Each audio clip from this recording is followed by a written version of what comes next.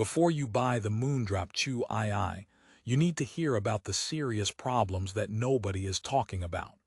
This honest review will save you from making a costly mistake. For the best price, click the link in the description. But here's what surprised me. These are some of the most praised budget earphones ever. Everyone loves them. Therefore, you'd think they're perfect. However, my testing revealed critical flaws that could ruin your music and your experience completely. Let's dive into the reality behind the hype. Let's start with the good, because it's important to be fair. At around $23, the Chu II punches way above its weight on paper. You get an aluminum magnesium alloy diaphragm for detail, an alloy casting cavity for durability, and a fancy brass CNC acoustic nozzle for what they call beautiful timbre. They even include a little kit with replaceable acoustic filters, which is a joke of a feature we'll get to. The build feels solid, like a tiny metal pebble, and they come with a decent cable. On a technical spec sheet, this looks like the undisputed champion. Therefore, you're probably wondering what could possibly be wrong. Here's the first major problem. The fit and comfort are a lottery you will probably lose. Moondrop uses a one-size-fits-all philosophy here, but ears aren't one-size-fits-all. The shell shape is awkward for many. It can press hard on the antihelix part of your ear, that little ridge right inside. After 30 minutes, it starts to feel like a tiny, angry troll has taken up residence in your ear canal and is demanding rent in the form of pain. I've tested dozens of IEMs. These are among the most inconsistently comfortable. Some people get a perfect seal, great.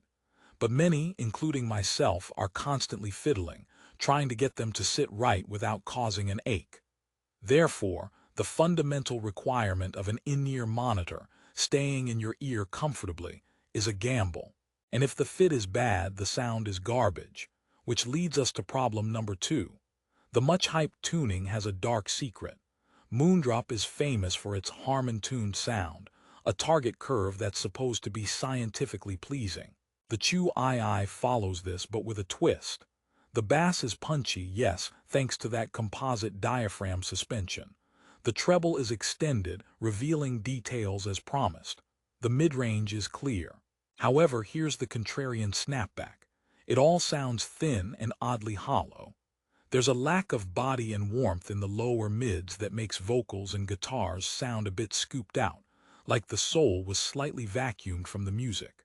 It's hyper-detailed in a clinical, analytical way, not in a fun, engaging way. It's the audio equivalent of a doctor giving you a diagnosis instead of a friend giving you a high five. Great for picking out every single cymbal tap, but not for getting lost in the song. Now, let's talk about the replaceable nozzle filters, the feature that sounds so clever. The idea is you can change the sound signature. The included tuning nozzles are a joke, literally the first joke. Changing them is like trying to perform microsurgery with oven mitts on. The brass nozzle is tiny, the filters are even tinier, and you're almost guaranteed to lose one into the cosmic void of your carpet within a week. And the actual sonic difference between the two filters, it's negligible. You'll spend 10 frustrating minutes swapping them, hear a 2% change, and wonder why you bothered. It's a gimmick that adds complexity, not value. A solution in search of a problem that creates two new problems, frustration and losing small parts. But wait, there's more. The cable, it's fine, but it has a mind of its own. It's a rubbery cable that loves to retain every twist and loop from how it was packaged. It's like it has cable memory from a past life as a slinky. You'll be constantly straightening it out. And the preformed ear hooks can be tricky to adjust perfectly.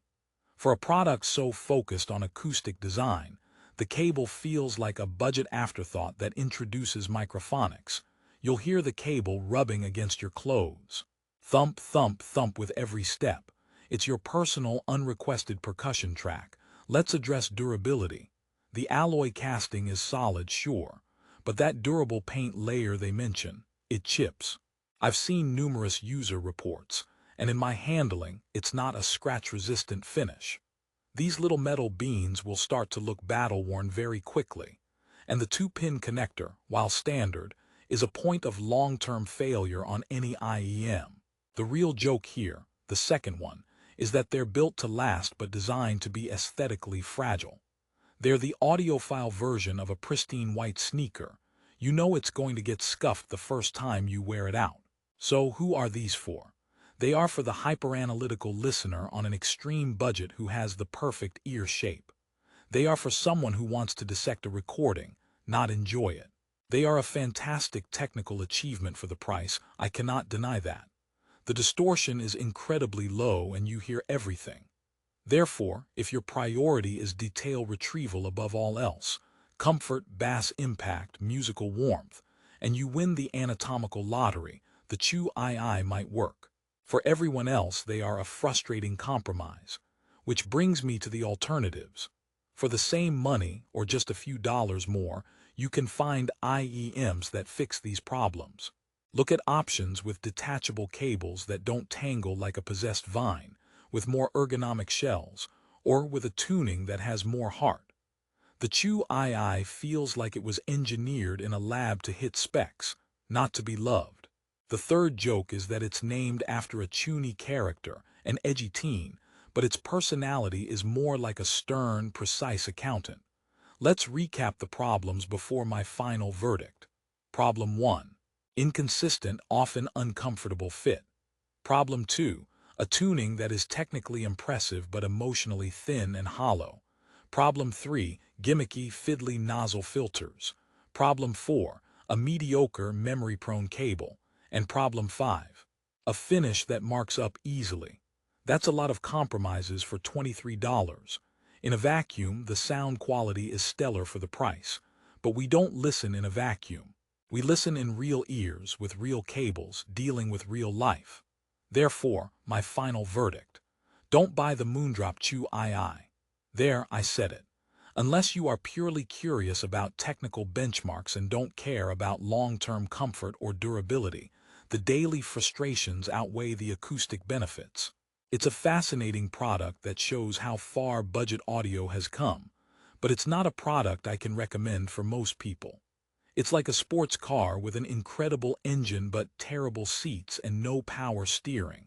The core experience is compromised. The final joke is that the original Chu had a non-removable cable, and everyone complained. So they made the Chu II with a removable cable, but added removable nozzles nobody asked for. They solved one problem and invented a new, sillier one. For a better all-around experience at this price point, you need to look elsewhere. And you can find those better alternatives, often for less, by checking the link I've put in the description. I've compiled the best current deals there. So if you want to save your money and your ears, click the link in the description below for the best price and better options. Thanks for watching this honest review.